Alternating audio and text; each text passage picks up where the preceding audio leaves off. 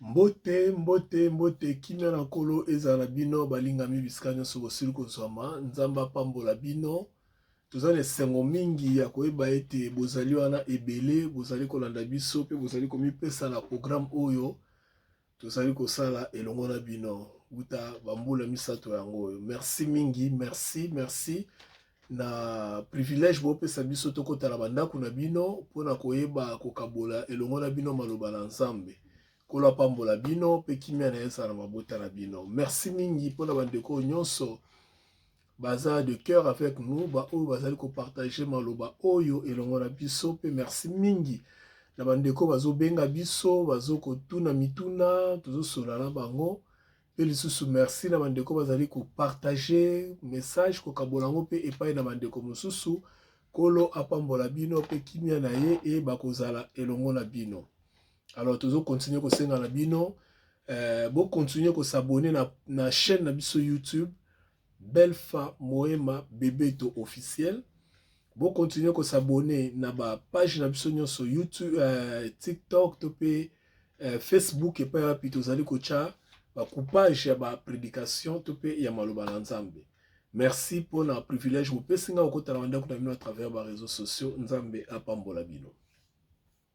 Alors, toujours continuer na matière na biso sur les 7 dispensations. Wana tozali na mokanda ya toujours continuer na livre ya Galates, ou tobandaki. Lelo toujours qui est na chapitre 3 parce que tout c'est chapitre 2. Toloba makambo ebele mais yambo to continuer to bonde na Nzambe. Papa to peso merci na kombo na Yesu Kristu kolo pe mobiki na biso. Merci kolo po na bandeko nyonso baza kolanda biso na musika to pe na pembeni. Papa, merci pour na bandeko nyonso o bazali ko pambola mananzela la programme oyo. Papa, merci pour na maloba na yo. Bible le bien était au milieu de leur détresse, tu envoies ta parole et ta parole est guérie. Ce qui a été liloba autre partager les lots et puis ça guérison na bomo ya motomoko et puis ça kimia na bomo ya motomoko et puis ça encouragement et puis ça makasi na bomo ya motomoko na kombo na Yesu Kristo. Merci pour na mabota nyonso, merci pour na ba frères na ngai, ba sœurs na ngai de partout où ils sont. Qui bien na weza elongo na bango pe maloba oyo ezala source ya réconfort na bomoi na bango na kombo na Yesu Kristo. Amen. Amen. Alors, tous na Galates chapitre 3. Galates chapitre 3, nous tous banda lelo la premier verset qui nous la cinquième verset. Galates chapitre 3 verset 1 à 5. Donc, na étude na biso la dispensation, tout ça toujours la dispensation de la grâce. Bon, on a dispensation de la grâce, tout comme na livre il y a Galates. Et dans le livre Galates, comme dans le chapitre 3. Et on dit toujours Kende. Alors, toujours tant que Galates chapitre 3, verset 1 à 5. Ô Galates, dépourvu de sens, qui vous a fasciné, ou bien qui vous a ensorcelé. Fasciné, ça veut dire tout simplement être ébloui, ou bien être ensorcelé. Qui vous a fasciné, vous aux yeux de qui Jésus-Christ a été peint comme crucifié. Voici seulement ce que je vais apprendre de vous. Est-ce par les œuvres de la loi que vous avez reçu l'Esprit ou par la prédication de la foi? Ça, c'est une question que l'apôtre Paul est en train de poser. Êtes-vous tellement dépourvu de sens après avoir commencé par l'Esprit? Voulez-vous maintenant finir par la chair? Une autre question. Avez-vous autant souffert en vain? Une autre question. Toutefois, c'est en vain. Verset 5. Celui qui vous accorde l'Esprit et qui opère des miracles parmi vous, les fait-il donc par les œuvres de la loi ou par la prédication de la foi?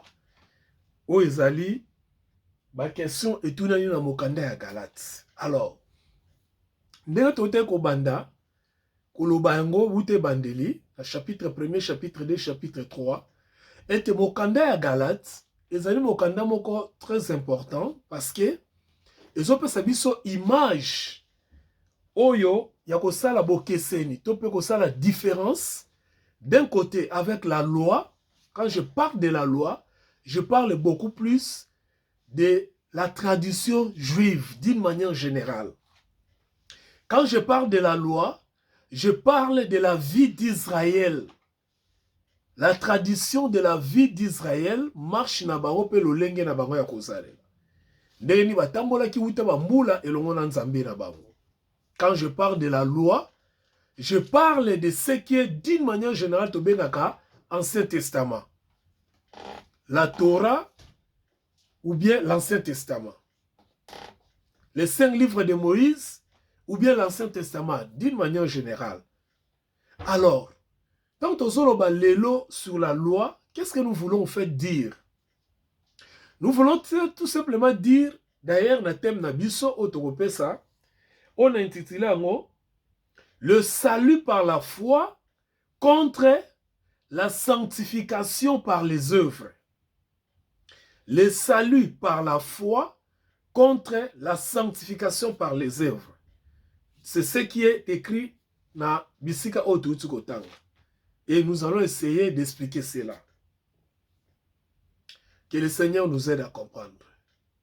Ndeko mwasi na mobali, yo ozolandanga pe yo olandaka ngai. En fait, but étude o ezalaka pona ko éclairer biso d'une manière générale, de façon que to sosola eloko nini oyo tozali ko benga christianisme. Tope eloko nini oyo ezali christianisme.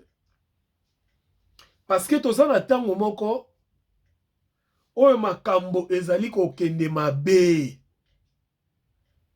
Makambo ezali ko kende solo mabe.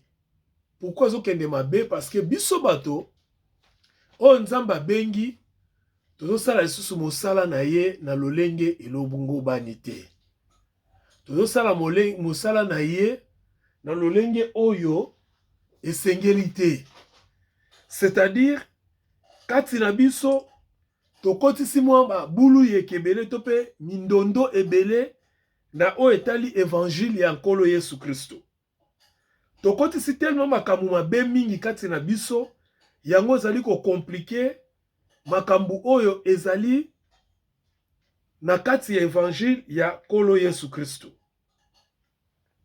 Yango ozomona tozali kobunda par la grâce du Seigneur koluka lolenge nini tokoki kolakisa batu kozongisa bato oyo bazali na kondima epai na nkolo kozongisa bango na nzela petit à petit pona koyeba kosunga kondima ya bato ebele pona kopambola libota na Nzambe. C'est très important. C'est très très important. Il faut koyeba makambo wana parce que soko yebi yango te okozala moto oyo ozali kaka kotambola na babulu yeke ebele. Pe na babulu yeke ebele okoyeba kososola bonzambe te. Okomema vie chrétienne na yo na mikakatano moko na ba compromis moko na ba pasi moko o peut-être kobima nango kozala matata. Alors, qu'est-ce que nous allons voir aujourd'hui? Rapidement tokei na mokanda na Galates et pa wapi touti kotanga. Yoka ndenge chapitre to ebandi. Oh Galates, dépourvu de sens. Tango apôtre Paul azoloba, oh Galates, bozomona azo exprimer regret. Azo exprimer regret et pas ya batu moko boye. Oyo azwi ta ebele kolakisa bango makomi, kolakisa bango maloba na Nzambe. Kolakisa bango oyo komami pona bango. Kasi bato yango na tango moko boye soki apesi mokongo lolenge bazali ko percevoir makambo, bazali ko percevoir on a lolenge oyo ya la kisaki bango te. Alors bi oh Galates dépourvu de sens. Quand on parle de dépourvu de sens, ezali na français moko facile to koko lo bazali ko bokomi bato bozali susu na mayela bo moto te. Lokola bato maboma. Boza bato oyo lokola moto oyo azozanga na lopoto walobaka jugement ya perception. Moto oyo azoyeba lisusu kokanisa malamu te. C'est-à-dire d'un moment bazali ki bato bazali kokanisa malamu par rapport à liloba na Nzambe, mais komaki na tango moko bazalaki suko kanisa malamu te yango apôtre Paul azoloba Galate ndenge bokoki kokoma na niveau oyo bozokanisa su malamu te bino bato oyo nga na lakisi bino bato oyo nga na forme donc bokomi liboma boye ndenge nini bokomi lokola bato maboma boye ndenge nini c'est-à-dire au fait apôtre Paul azoloba boye parce que a remarqué que bana oyo ya formé bana oyo ya pamboli bana oyo ya tangisi liloba na Nzambe bana oyo ya teyi bosolo mais bazobunga na bosolo bazobunga pourquoi parce que lokolo moko bazondima bosolo ya zotambusa bango na lokolo mususu bazondima makambu oyo zo contredire bosolo oyo ya zotambusa bango yango azokokamwa yango azobatike bokomi bato maboma bozangi lolenge ya ko discerner dépourvu de sens ezolakisa lisusu soki tozoki na bagrec batexte grec ancien okomona bazoloba na biso ezali maron na grec oyo eza koloba tout simplement mokolo oyo ase akoli na nzoto kasi na makanisi eza na makanisi ya bana 7 8 9 10 ans donc ta bazotala nga tata monene boye mais bazomona bato oyo bato bazotala bazomona za papa monene bakopesanga âge moko ya adulte 40 ans 50 ans mais tant bazokotala raisonnement na ngai lolenge na ngai ya kokanisa nazokanisa lokola elenge nazokanisa penza lokola mwana moke yango apôtre Paul azoloba bozali dépourvu de sens bazalaki dépourvu de sens pourquoi parce que epa na bango bakomaki lokola bato oyo baloki bango lokola bato balesi bango bondoki alobi qui vous a fasciné qui vous a ensorcelé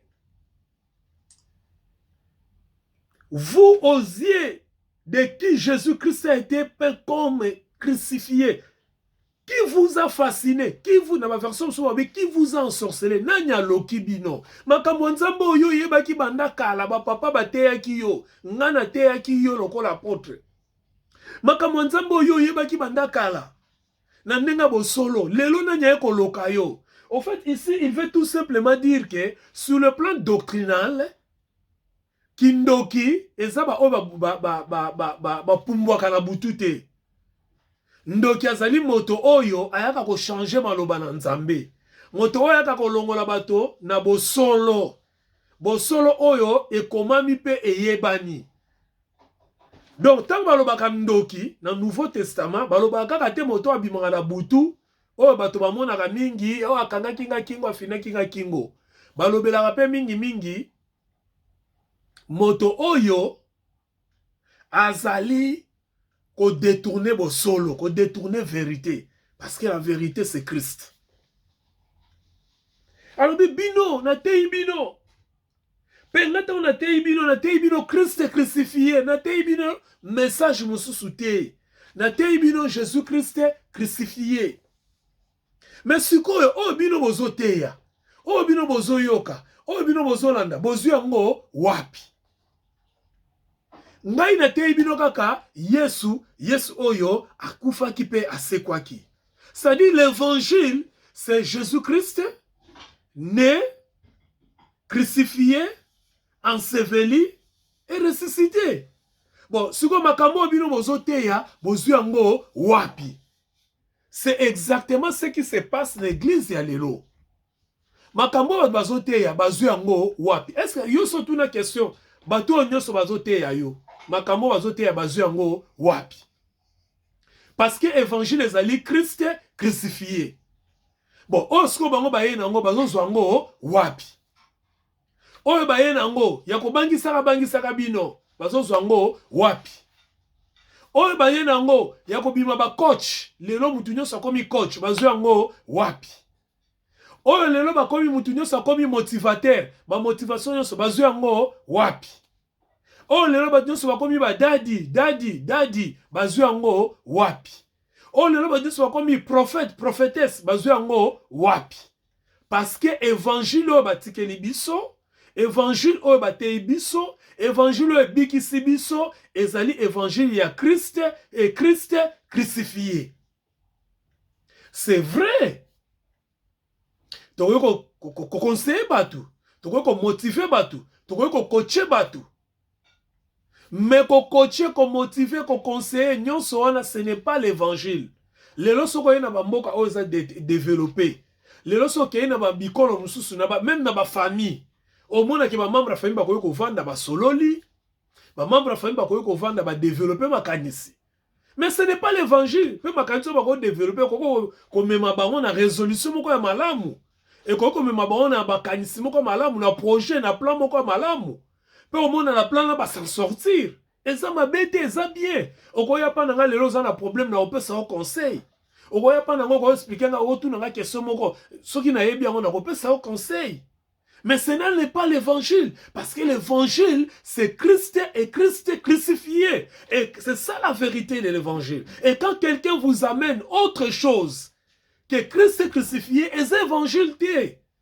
Et ça soit ma solo, soit expérience naie, soit le kanisa. Mais quand nous voulons l'évangile, nous devons parler de Jésus-Christ, Christ crucifié. Pourquoi? Parce que Jésus-Christ crucifié, il y a une solution au problème, il y a péché de l'humanité.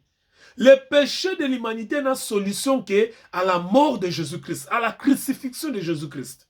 Le péché de tout le monde, le péché de l'humanité, la Bible dit que tous ont péché, sont privés de la gloire de Dieu. Que le salaire du péché, c'est la mort. Ne trouve la solution que dans la crucifixion, c'est-à-dire dans la mort et la résurrection de Jésus-Christ. Et c'est pour cette raison que Christ est venu. Jean-Baptiste, le voyant, venu, il dit, voici l'agneau de Dieu qui ôte le péché du monde. C'est-à-dire, le problème du monde, c'est le péché, et la solution, c'est Jésus-Christ crucifié. Voilà la raison pour laquelle nous devons prêcher les gens Jésus-Christ crucifié, afin que bima na péché à monde. Mais quand tu conseilles quelqu'un sur les finances, quand tu conseilles quelqu'un sur le mariage, quand tu conseilles quelqu'un sur un sujet de la société, quand tu encourages quelqu'un de devenir, par exemple, un homme d'affaires, une femme d'affaires, de faire le business, ça, ce n'est pas l'évangile. Tout le monde peut le faire. D'ailleurs, les économistes, les universitaires, les professeurs d'université le font mieux que Bissot pasteur. Quand tu veux conseiller quelqu'un sur le voyage, Mbokani Moutalika qui n'est pas bandé la vie, a immigré. Il y a des gens, des experts. Qu'on peut ça au conseil. Quand tu veux conseiller quelqu'un, par exemple, comment s'organiser dans la famille, comment s'organiser dans le foyer, comment vivre relations interpersonnelles, comment vivre entre l'homme et la femme dans le foyer, les enfants, comment diriger les enfants. Ça sont des conseils, c'est pas mauvais, c'est bien. Comment tu peux encadrer des jeunes pour évoluer par rapport à des filles et jeunesse. Comment tu peux coacher les jeunes pour avoir maturité, pour avoir distraction. Comment tu peux... Tout ça c'est bien, c'est pas mauvais. Mais il y a des gens qui le font plus que Bissot pasteur. Il y a des gens qui le font plus que Bissot motivateur. Mais Bissot, loko Bissot to salaka, c'est spirituel pour répondre à un problème spirituel. Tout ce que nous faisons, c'est spirituel pour répondre à un problème spirituel. Et le problème spirituel, c'est le péché qui est dans le monde. Et la solution au péché, c'est Christ crucifié. Vous amenez à un autre évangile, vous amenez un autre message, ça devient de la fascination. Ça devient de la sorcellerie. Parce qu'aucun autre message est coquille que l'on a montré sous exalité. Yango momoni. La foi, le salut par la foi contre la sanctification par les œuvres. Bien aimé, est-ce que Moutakoki qu'on a sanctifié dans Misala? Je dis non dans la nouvelle dispensation. Non, sommes sanctifié dans Misala à Kosi.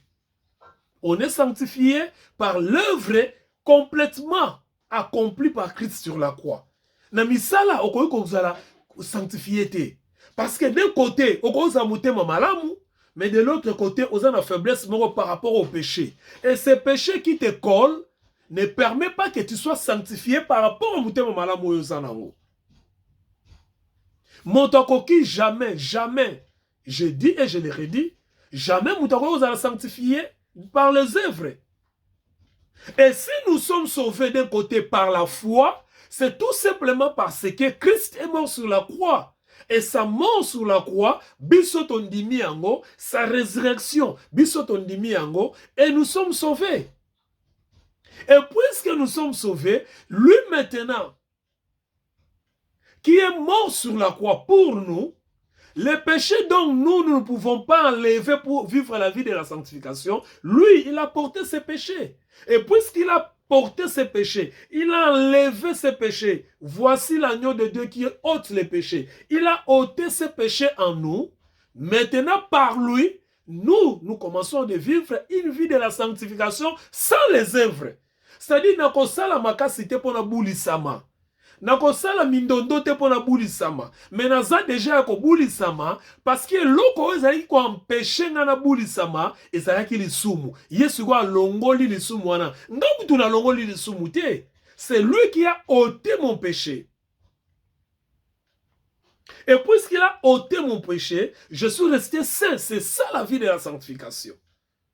Et son esprit maintenant vient habiter en moi et me permet de vivre une vie pieuse. Me permet de vivre une vie d'amour, une vie de patience, une vie de tranquillité, une vie de partage. Ce n'est pas moi qui veux vivre une vie d'amour, de paix, de partage, de patience, de la bonté. Ce n'est pas moi, dans le mais parce que lui, il est à moi, son esprit est à moi, il me permet maintenant de vivre cette vie-là. Alléluia. Je pense que quelqu'un comprend. Et plus tard, apôtre Paul, qu'est-ce qu'il dit? Il dit encore dans le verset 3, il dit dans le verset 3, êtes-vous tellement dépourvu de sens, après avoir commencé par l'esprit, voulez-vous maintenant finir par la chair? Après avoir commencé par l'esprit, ça veut dire quoi? C'est-à-dire après avoir commencé mayasika, parce que commencer par l'esprit, ezali la nouvelle naissance. To banda na esprit parce que to botama ya sika. Moto oya botama ya sika, acte wana ya botama ya sika, ezali art de l'esprit. Selon Jean chapitre 3, so tangi raconte, il y a Seigneur Jésus na Nicodème. À partir du verset 1er, tina verset 10. On comprend dans bien. Ça dit la nouvelle naissance, c'est un acte spirituel. Tango botami ya sika, o bandi na esprit. Siko yo muto bandi na esprit, o yo muto botami ya sika, oza déjà na esprit. Apôtre Paul a tout na question dans verset 3. Est-ce que boza bobebi si makanisi na bino boboto bobandi na molimo bozonga lisusu na chair? Et quand il parle de la chair, c'est-à-dire quoi? Il veut dire que vous qui avez commencé en esprit, c'est-à-dire vous avez reçu le salut par la foi, vous êtes nés de nouveau par l'esprit. Pourquoi vous voulez aller maintenant qu'on se sanctifie par les œuvres? Voulez-vous finir par la chair? C'est-à-dire vous croyez vraiment que ndenge bobiki sami boye bobotami ya sika bozana molimo mosantu bokanisi sikoy fu bosalaka misala ya makasi po misala wana nde eyeba kokomisa bino basantu. Non, on n'en a pas besoin. Quand tu vois quelqu'un, je connais une église, une communauté que je respecte beaucoup, mais un petit bémol dans la communauté wana, c'est l'interprétation de la sanctification. D'ailleurs, c'est ce que beaucoup d'églises interprètent aujourd'hui. Les gens croient qu'il faut se sacrifier corporellement, physiquement. Il faut bomanzoto oyo pour oser la déclarer sanctifié devant le Seigneur.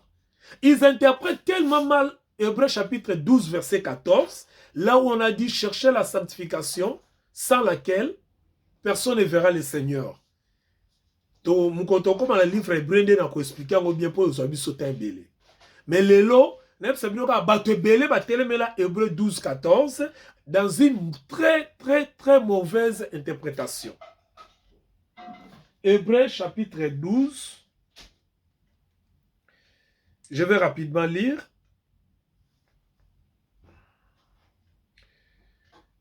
Hébreu chapitre 12.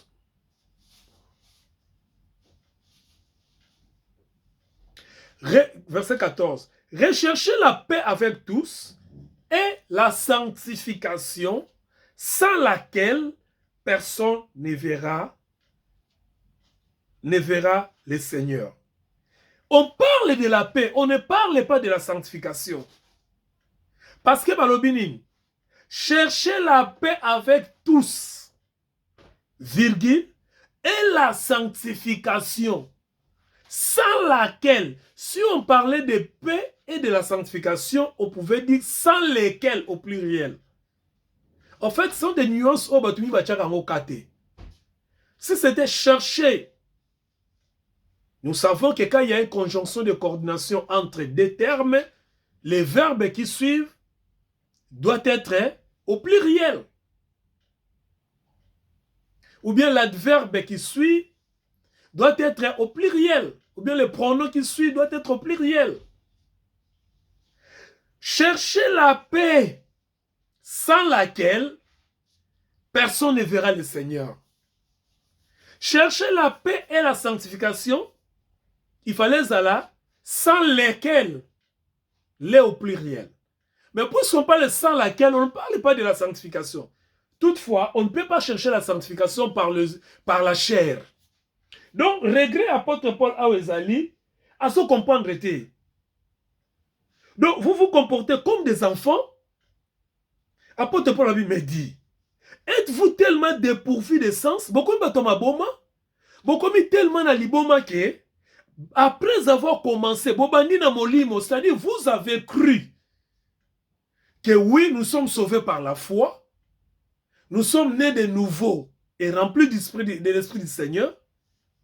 Bokomi batune sengo, mais lelo, bolobi ke te, oh wana te, biso tozonga, tosala misala malamu po tozwa lobiko.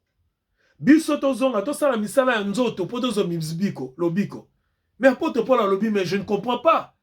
Vous êtes dépourvu de sens. Bokomi loko la bana mikie. Donc, bino to bandaki na molimo, bozo kanisake, il faut tozonga lisu na nzoto. Mais bozo banino bozo sala, en d'autres mots, en d'autres termes. Je ne veux pas utiliser les termes très durs, oh, bakomina grec ancien. Donc, voyez-vous, c'est ce qui se passe aujourd'hui dans l'église. Moutoubena Botama Sika, Asali 20 ans, 30 ans, 40 ans d'église. Moutoubena Ndima Yesu, Ami Pesa, Azwa Lobiko Naye, Azane Sengo, la joie du Saint-Esprit Katinaye. Aza Moutou Oyo, Lelo Soki Yesoye, Azuye Bakei. Akoti lola. Aza muto atambola na sengo na kimia na motema. Aza moto oyo aza na kimia longo na nzambe.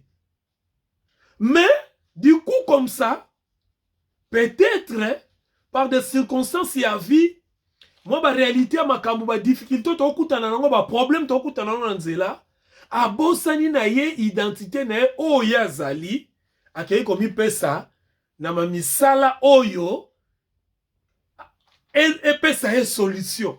Au lieu que yem tabandaki na molimo, azwaki kondima chaki liboso, lelo, akomi koluka kosala misala, croyant que misala wana nde ekoyeba, kozongisa ye relation na nzambe, oza erreur makasi. Et laisse-moi te dire que misala no sala, bien aimé, eza ba sacrifice moko inutile, improductif, et comme melayo et l'autre mon côté. D'ailleurs, nzamba omona oza parmi bato oyo, oza na tendance à régner foi. Parce que la foi, c'est la persévérance. La foi, c'est quelque chose que quand tu tiens à cela, tu dois accepter même de payer les prix. Et quand tu acceptes de payer les prix, c'est alors que tu verras la manifestation de cette foi. Je crois que je parle à quelqu'un. Alléluia. Donc, le problème ici, apôtre Paul a tout dit ma question juste par rapport il y a combat wana, par rapport il y a contraste wana, il y a contradiction wana, il y a paradoxe wana. Donc yom to bandaki na molimo ozo kende ko tendre ko kende na misala ya nzoto. Quand je parle des œuvres de la chair, na kolobela on kaka na chapitre, je crois na chapitre 4, bien. Alors, il est clair que tout ce que Christ a fait, il a fait sur base de la foi que les croyants exhibent jamais par les œuvres de la chair. Donc, on y soit salaki, a salaki ango, Poète biso tondima kaka. Biso problème biso kaka kondima. Pourquoi kondima? Parce que la foi ezali élément où esepelisaka Nzambe. Le seul élément où esepelisaka Nzambe ezaka kondima. Yes ya salaki. Eza lokola papa te.